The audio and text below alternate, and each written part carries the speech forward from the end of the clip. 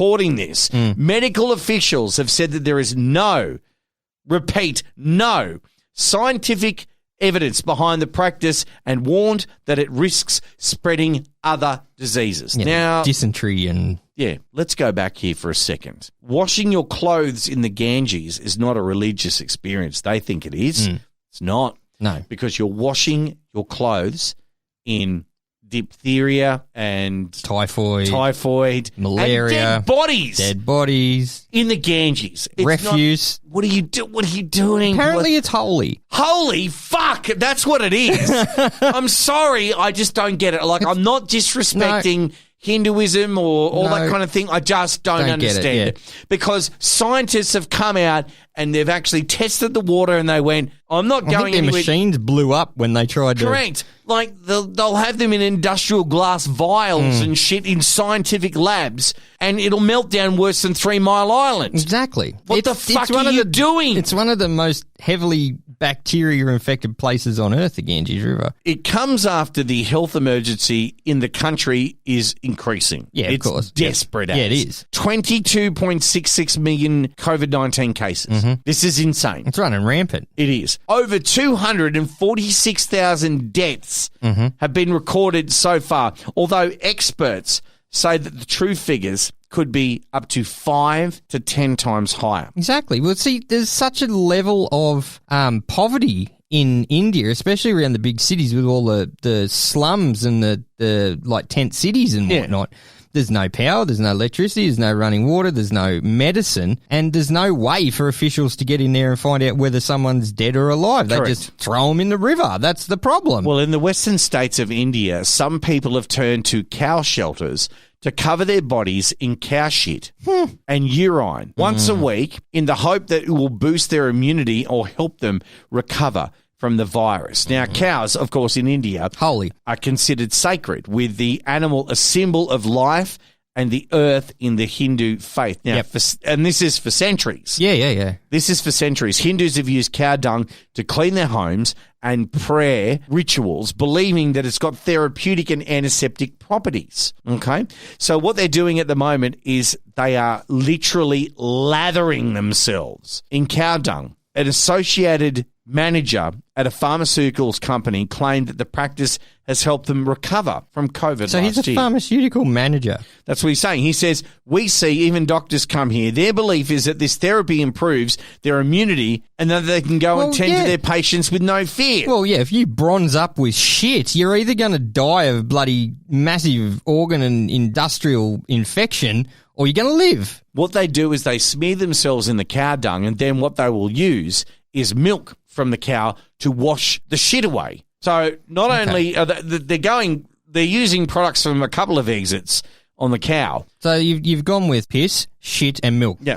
So what they do is that while the people wait for the poo and urine mixture on their bodies to dry, they hug or they honour the cows at their shelter. So they're actually touching the animals, which I thought was blasphemy, to be able to do that, to boost their energy levels. Then it's washed off with milk or buttermilk. I'm not making fun of the culture. I just don't understand it. I don't get it. I thought this country was a first world country now due to the fact that how much they're trying to scam me with an Amazon bloody trick or an eBay trick or all that kind of thing. But yet in the outer regions of said country, they're covering themselves in shit thinking that it's going to cure COVID. I'm sorry, it's not. I'm sorry. Any Hindi or anyone that's listening to this podcast, I just don't understand. I'm apologising if I'm trying to. I'm not making fun. I just don't understand. But I mean, it's the same as it's religion, right? It's the Hindu religion, and it's a bloody old religion, and it's got a whole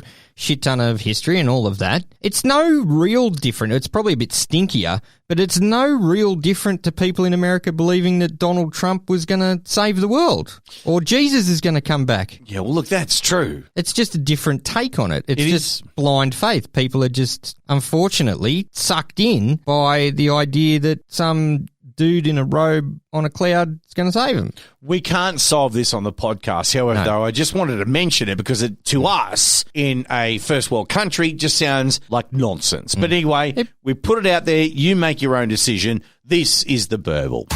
Hit us up on the socials at theverbal.com.au. On the Bill ads, did you ever watch the Bill? Were you forced by your parents to watch the Bill? Yes. Whenever they say, right, all right, well, let's go back to Central and put the jug on. Yep. We'll sit there and have a debrief with the sergeant. Have a cup of tea. PC Smith and I will do that. No, we'll get down there in the Panda. We'll get it all sorted out. Well, if I was on the Bill and we're talking about the crime we've just dealt with, which was basically, used our truncheons and bashed up some dude who potentially was a child predator in the neighbourhood, all that kind of thing, roll the Bill theme, all that kind of thing. Right. If we had a job well done, we're just trying to relax back down at Central with a jug on. If you served me a coffee that you stirred with your dick, I'm going to be a little bit angry about that. In England, you'd be 2 times as angry because you don't drink coffee. What would be cleaner? A male officer's penis or, say, a paddle pop stick stirring the actual coffee or tea up? Well, see, you've got to take into account where that penis has been previously. PC Green claimed he was having a bit of a laugh and that he misjudged his friendship with his victim when he was found guilty of 9 charges in front of a disciplinary panel over there. Because what he did between May and July of last year, 2020, he made sexual comments towards the woman, identified only as, okay, licked his lips and gyrated his hips in the canteen. Well, watched her changing in the female locker room and gave her a shoulder massage without permission. But yes, what happened after that? He went and fixed her a tea or coffee and stirred it with his todger. You would have had to have put the milk in first because it would have been too hot for your cock otherwise. Do you remember the episode of Mythbusters where they were dipping their hand in, I think it was molten metal or something like that, mercury that was brought up to a temperature, but they dipped their hand in water first. Oh, yeah, and it had the coating and the coating. Temperature and differential. And they used or hot some dogs shit. to test it first. Yeah. Remember that? Yeah. So, do you reckon he washed his cock, then stirred the coffee? I don't know, but if it's going to be a hot cup of tea or coffee, surely there's got to be some residual burn on the top. Exactly. I reckon he's took the skin off it at least. Have to have been. And then there's DNA floating in the cup. There's got to be. I don't even want to go there. No, but there's no amount of raw sugar that's saccharine is not going to cover that stuff, if you know what I mean. You need more than a nice Vovo to get the taste out of your mouth. Exactly right. Now, listen, said, I would have liked to have used the mug as a gateway to tell him to back off, but I wasn't given that chance. I swear to God, if you stirred a cuppa for me with your dick and then gave it to me in a mug, I would smash you in the face with said mug. Well, I'm not going to do that because I don't serve tea or coffee in this place because I don't drink it myself. Anyway, listen, it says that he was trying to make friends and he wasn't really friendly and his own team really often made fun of him. So, he's got some social skills there that he needs to address before he moves up in the force. Well, actually, he's not. The force is not with him anymore. They sacked him, didn't they? No, well, they did, exactly right. Well, they should have. So, kiddies out there, do not stir a friend's hot beverage with your todger. It's not going to get you anywhere, except the emergency room. And now we come to the most important part of tonight's program. Duck for cover.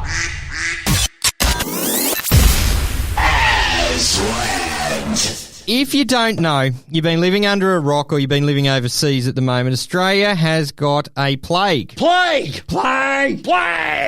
Bring out your dead. Not that sort of plague. A plague of biblical proportions. Although, though, that plague that you're talking about, though, was sort of made with these rodents.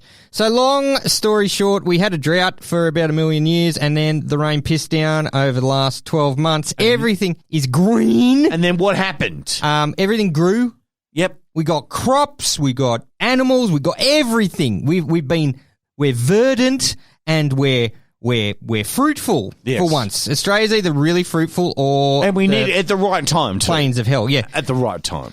So we got mice, Benny, mice and rats every fucking where. And when I say proportions everywhere, if you're outside of Melbourne, Brisbane, Sydney, and you're in the country, then there are probably about 100 mice within 5 feet of you, right? Can I tell you, in the Burble Studios, right where we are right now, over the last week, 9. Caught 9 of them. 9 mice. All in the roof. All in the roof, yeah. All in the roof. Yep.